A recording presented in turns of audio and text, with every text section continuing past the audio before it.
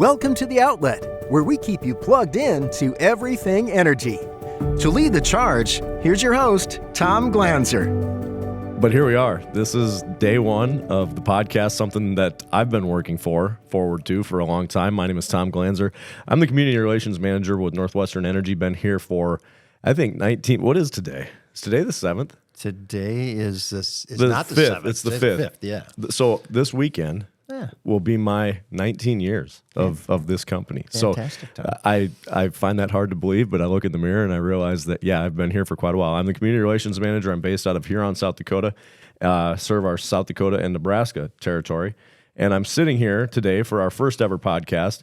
And I thought, if we're going to start a podcast, we're going to start it the right way. And I went straight to the top. Brian Bird, our President CEO, is with us today. Brian, welcome. Thank you, Tom. Appreciate it. I know that I get you into several things that sometimes I probably push you out of the envelope a little bit. And this might be one of those deals where I just sit you down and make you talk about yourself, make you talk about the company a little bit. Well, I think I guess I'll start with myself. You mentioned 19 years. I'm over 20 years now, and it's funny. I remember when you joined us 19 years ago, and like myself, you didn't have gray hair. So, the people who have all worked with me, many have been here the whole time I've been here, and many were younger than I was when I came here. And now they get their readers like I do, and it's just starting to see each of us. But what's the neat thing about this company? There's a lot of us who've been here for 20 years, but one thing we were always concerned about is that employees were going to leave. We're going to lose all of this knowledge, and it was going to be really hard to replace those people. But today we have over a third of our employees have been with the company for less than 5 years. It just kind of blows me away. With so many folks have been around a long time, but we still have so many new folks. And the neat thing that I've seen, and I'm very, very happy with, is a company, we keep our culture.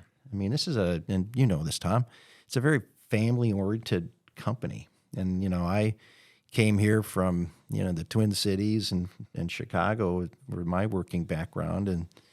And to be honest, when I joined the company when it was in bankruptcy, I thought I'd help these guys get out of bankruptcy, what great experience that would be. And I'd be back in the Twin Cities or someplace else. And 20 years later, here I am. And I attribute that to the people. I mean, this is a fantastic company. Obviously, our purpose is, we provide electricity and gas. We allow people to have a standard of living you expect to have in the United States. And a big part of everyday's life. But at the same time, people, and in fairness, they take it for granted. We do our job so well. And I'm not just saying NorthWestern Energy, the utility industry as a whole, to do our job so well. Our service is ubiquitous, but people really don't even think about it. I think what you said about, the bulk of the people, most of the people have only been here 5 years, but then you have some of us who've been here for quite a while. And I look at it as, I don't have a resume built. I told somebody that the other day. I haven't had a resume built since day one. When I got here, I understood, whoa, there's something. And we're insiders, right? We're here all the time. We work with each other. There's something about this company that is special. Yeah. And I realized that very early on. And we'll get to 2005 in a second, because we're going to talk about the 2005 ice storm in a second, because that's probably something we need to go back to, our history, just us two together.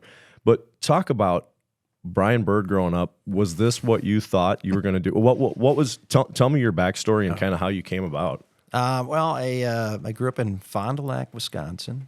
So as you think about anything from a Wisconsin standpoint, I'm certainly that guy. That doesn't. All Wisconsin sports, University of Wisconsin, all of that. Green Bay, spotted cow. Yeah, I love spotted cow. Cheese, yep. Love all of that. So I'm a Wisconsin kid through and through. My father was a farmer who was injured and got into corn seed sales, and then he got into life insurance. And as a kid, the youngest of four, I'd always see my dad working, and we talk about business. And so I was always going to be a businessman. I didn't know what that meant. I thought I would go play some college basketball. That didn't pan out, but I did go to college, and I wanted to finance. I liked the stock market, and I really thought that was where I would end up doing something like that. I had a great professor who suggested to me that I should get an accounting degree in addition to my finance degree, and so I had a double major in accounting and finance, which was really, really smart. Certainly, I met my wife at the University of Wisconsin, Eau Claire, and 37 years, 40 years, if you think about the time since I've met her. She's been a great partner and allow me to do these jobs, which are stressful at times and take a lot of hours. But, we make a great team, and I certainly lean on her for all we've done. We've got 2 kids. My daughter's about ready to turn 30. She's a traveling nurse and labor and delivery nurse. My son is a data scientist. He's 27. He's in the Twin Cities. And my daughter, she's a traveling nurse, so she was in San Diego. She's in between gigs. So that's, I guess, from a background perspective. I got my MBA in finance as well and have great history of work. And by the way, one would argue I was a job hopper for many years. I started my career in audit at Land O'Lakes. I went from there to NorthWestern Airlines, by the way, which was a fantastic experience, really where I cut my teeth in finance. And 5 years there was like 10 years of experience. I moved on to the Minnesota Vikings, even though I'm a Green Bay Packer fan. I was the finance manager there just because For the record, Brian's wearing purple today, and I gave him a hard time about it, knowing he's a Green Bay guy, true and true, but he also did some time with the Vikings. So yeah, and it was fun. It was not. It was fun during the season, and it was kind of boring for 8 months. And I really missed finance and treasury, and so I went to Deluxe Corporation. If you write checks, you might still use Deluxe, and a great company, and had a really good experience there with M&A, and that was helpful as well. And I moved to NRG. It was a subsidiary of XL at the time, and then that's when I fell in love with this industry. So NRG was a power producer, and spent 5 years, again, 10 years of experience in the 5 years I was there. I was there as their treasurer. And then a short stint, they had their troubles. I went to work for a Warburg Pincus fund in Chicago called Inside Energy, and moved there. And then this opportunity came up. And these guys were in bankruptcy, NorthWestern at the time. I thought, I'm going to help them out. I didn't move my family. And then, the board asked me to stay when we emerged from bankruptcy, and came on as a CFO. Came on as the CFO, right? And so it was an important move for me. I was a CFO at this Inside Energy, but it's a small fund. This is going to be a publicly traded company, right? And so to be the CFO, that was a great move. But did I really think I was going to be here all that long? And looking back, and now it's just been fantastic. Again, the people here, obviously I've moved on to the chief operating officer a couple years ago, and last year, start of 23 as the CEO. And just, I love to come to work every day because I really enjoy the people I get to work with. And this is a great time to be in this industry. It's challenging, but we're going to make decisions here that are going to impact our customers for many, many years to come. And this energy's trend, we're transitioning to cleaner energy, and that's a difficult topic that we're dealing with. We're dealing with wildfire risk, particularly in our Montana business. It's a challenging time, but it's very, very exciting. There has to be some satisfaction in knowing that what you're going to do is going to well outlive our careers, and probably the people that have been here for, the younger people that are taking careers in energy as well. What we do in this career lasts for at least 50 to 60. We've decommissioned power stations that were built before I was born. And we were still using them up until 2 years ago. Yeah, Tom, on that point, it's fascinating. People think utilities, move relatively slowly, but we don't make 5-year decisions typically. We make 20 to 50-year decisions. And so we take that seriously, and we have to get things approved by regulatory bodies, and others have input into that process. So it takes time. But to your point, I think about our hydro acquisition that we just did here in the 2014 time period. We bought dams that were owned by Montana Power, were sold to PPL, and ultimately we bought them back. Those assets were built in the early 1900s. And, they're going to be around. We're actually upgrading many of the turbines in those facilities today. They're going to be around for another 100 years, too. So to your point, it's cool to work for a company that just celebrated its 100-year anniversary, and to believe that because of what we provide to our customers and how effective we are and how cost effective we are to serve them, we're going to be around for a long time. So that's important, those decisions we make. That, like you say, they're going to certainly outlive our careers. And quite honestly, you can take it backwards as well. And we have to be true to the history of this company, Montana Power and Northwestern Public Service.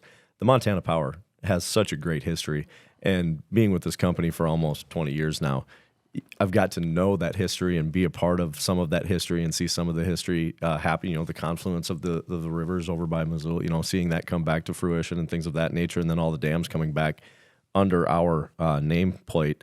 I think that's important to all of our Montana customers, and Montana and South Dakota, so much the same, but a little bit different in topography, obviously, and what we do for a living in both places. On the eastern side of the state, we're very flat. It's very much an ag-based economy with some business banking and some manufacturing in there. And, of course, Jack Link's beef jerky is probably our most famous thing that we put out.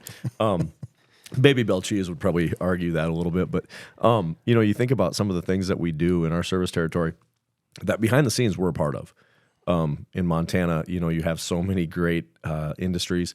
And just to be a part of that for so many years, that's also the history part of it that's just very, very intriguing to me, and it's also something that we have to be proud of. Yeah, I think your point about Montana Power, and obviously it was started from a mining perspective. The mine had to have power, and so there was certainly a linkage between the two, and the great history associated with that. And I think of South Dakota and Nebraska. There's a great book, Lights Across the Prairie, that talks about it, and you just have no idea all the machinations that occur and how many different companies were involved to ultimately become Northwestern Public Service.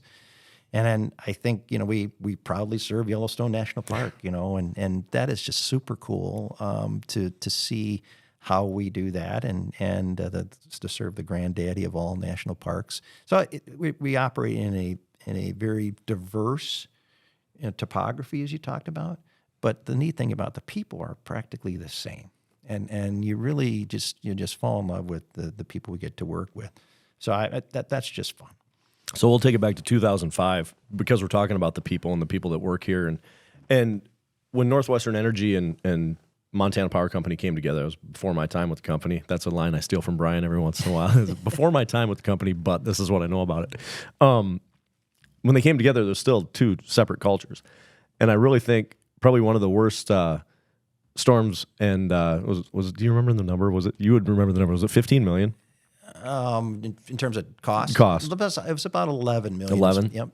So it goes up every time I talk about it. 2005, right over the Thanksgiving holiday, we had an ice storm that at one point, every single one of our electric customers in South Dakota experienced an outage. Not at the same time, but at one point, every customer experienced an outage. That's how widespread it was. Obviously, we had a lot of damage in that storm. We had a lot of power lines on the ground, and we had a lot of stuff that had to be fixed. And quite frankly, there was more than we can handle. We do go out and help during the Sandy superstorm. We helped with some of the hurricane stuff. We've done a lot of that. And with this storm, it just happened so fast, and there was so much carnage that we had to react quickly.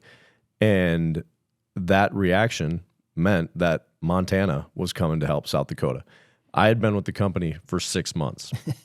I still, to this day, say it was the best $11 million, and I think I've said $15 million, that the company ever spent to get me up to speed. I'm an old TV guy. I didn't know anything about my boss said, you'll figure it out. It'll come, the whole operation, you'll figure it out. I just didn't realize it was going to happen in a 2-week period. Yeah. And that, quite honestly, was the most amazing thing, most traumatic thing right away for a long time, but probably one of the most amazing things that we saw as far as the human resources of this company coming together. Montana and South Dakota, the brotherhood and sisterhood came together, and we defeated the big storm and got everybody back in power with about 2 weeks. That was early on in your career, too. What's your memories of that? I think the thing that I was amazed at, and you're absolutely right. I came in, obviously, during the bankruptcy, so you agitated a lot of people as a company that just bought somebody. Yeah. And then not months, I guess you could argue, months later, you file for bankruptcy. So there wasn't a lot of trust amongst the Montana employees. There probably wasn't a lot of trust amongst the South Dakota and Nebraska employees either, by the way. And that's one of the biggest things this company needed to do post-bankruptcy is get it back on its feet. But even during the time, 2005, it was still, like you said, it was kind of the South Dakota, Nebraska folks against the Montana folks. And there's a lot of proud history behind Montana Power. And the coming together was tough. We had executives in both locations that helped. And I think over time we all learned to trust each other. But certainly that was expedited with that storm. And one thing you'll notice about this industry, and it certainly showed up with our respective utilities that are coming together, people are going to show up and make things happen. And I think, obviously, the Montana folks, when they came over, they had a better appreciation for the South Dakota folks in terms of the reaction. And the South Dakota folks were certainly very, very appreciative of the Montana folks coming over. And you're right, that brotherhood came together at that time. And by the way, also sitting at those tables were employees from Black Hills, and other neighboring utilities. That's the thing that kind of blew my mind is I never seen anything like that in any industry where your neighbors would come to help. And not just our own company, but others. But what was also interesting during that time is we were in a sales process. And it was we were forced, if you will, by hedge funds at that time to consider a sale. And so we were talking to some of these neighboring utilities. Long story short on that, we were going to be sold, and it was turned down by the Montana Commission, by the way. And in hindsight, that was a good decision by them. And I think we're a better company than we were than that company that was going to be sold back then. I forget that was kind of that same time period, and it was shortly thereafter that the Montana Commission made that decision. From my point of view, from the community relations guy who doesn't have a great financial background but knows enough to be dangerous with a microphone in front of him, did that diversify our stock from being hedge fund ownership? Well, what happened, I think we got a lot of that started to happen during, just the post-bankruptcy time period. But when you're starting with 100% ownership, right, to ultimately come down, when the sales process was killed, if you will, by the Montana Commission, absolutely. Then I think people looked at us as a longer term. And I think we as a company looked at ourselves more as a longer term play as well. And so I think the board did a nice job also working with management to say, okay, it's not going to happen. We're going to be standalone. How are we going to make it happen from a standalone perspective? And I think we did a really nice job improving our shareholder relations and have moved to a company now is primarily held by long only. Yeah. And by the way, I've said hedge funds several times in here. Hedge funds serve their purpose, and when people say hedge funds, it's a negative thing. I don't see it that way at all. Okay, let's. We're 18 minutes into this. I'm actually kind of proud because it doesn't even feel like we've been talking for 5. But we have to bring up Bob Rowe. Yeah, your predecessor. Obviously, he was the second CEO that I've served under. I cannot imagine anybody else to take this company through those years that he did to make things the way they are now, to set you up for the company that you're currently overseeing. Talk about your predecessor. I mean, amazing. Yeah, I really got to go back to talk about my 3 predecessors. Correct. Go. Yeah, and Gary Druck, at the time the company went bankruptcy, he had to come off the board to be the CEO and effectively get us out of bankruptcy, and he did that. So kudos to him. Mike Hansen was a great operator, and as he was the president of the utility, he became the next CEO. And I think, we needed to do certain things from the operations standpoint to kind of get us standing on our feet. But we talked about this earlier, and Mike was here during the ice storm, and there was a good process, if you will, of starting to come together. But he was also the architect of the acquisition of the Montana Power assets. And in fairness, and Mike's no longer with us, by the way. He's since passed away. But there wasn't a lot of trust for the company and for Mike from that perspective, I think, in Montana. And I think the board saw an opportunity with Bob Rowe, who was on the Montana Public Service Commission, to say, hey, we got a Montanan. A big part of our business is Montana. It may make sense to move in that direction. And by the way, the executive team was all pretty established. And so when Bob came on, to be quite honest, quite surprised. And I won't use the language one investor said to me, but he says, either this is pretty blank and stupid or it's brilliant. And with the decision to Bob, and in hindsight, it was brilliant. I think one thing that, we really took a lot of time and working together was working on building back trust. And we started with, not only the communities we served and the employees, but shareholders. We worked on governance. Everyone talks about Sarbanes-Oxley and how nasty that was and how hard. It was perfect for us. We really needed to be better from a governance perspective. And so Bob brought back trust. Bob really brought, I think, a better bringing together this utility and a bit of a brotherhood that we see today. And I always credit him for the culture he built. He had some other great things that he certainly did as the leader of this company, but the culture he built, and that's certainly one thing as the CEO I wanted to try and continue to maintain. Very much a Renaissance type mindset with Bob. I always felt like not only was he brilliant business-wise, but he was also just a man of culture, and the Chautauqua that he brought to us, I didn't know what that word was before Bob Rowe entered my life. And the fact that, and I think this about you as well sometimes when I get emails about things in life that mean absolutely nothing to this business, and you guys are there on a Saturday night or a Sunday morning, or I randomly check my email on a Thursday night and I get an email from you guys, and that's when I realize, yeah, it never stops when you're the CEO. You're always working and you're caring about your people, and that's something that Mike did it. I was right outside Mike's office when I first started, so Mike and I had a weird little relationship where I was the new guy and he would just bounce stuff off me every once in a while. It's kind of funny that he would actually even talk to me, let alone because of the things he had going on at that point. And with Bob, same way, and with you, same way. I'm amazed at the amount of time and care that you guys not only put in the business, but also just the employees in our personal lives. And that was something that I always just thought was amazing with Bob, that he was so involved with our lives just as humans. And you are the same way. It could be very easy just to be alienated from the 15 to 1,700 employees, depending on what number we're going with that week, because it is big, and we cover an amazing territory. Yeah. Expansive territory. And it's tough to get to know those people, and you guys take the trips. You're in the car. When I ask you to come to different things, you come to different things, and Bob was always the same way. I always appreciated that.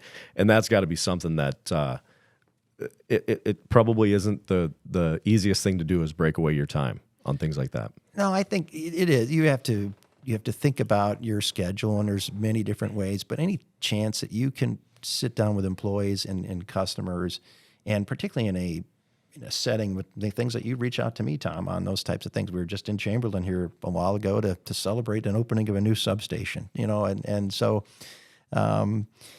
it's people might say, which is, why would you spend your time to go?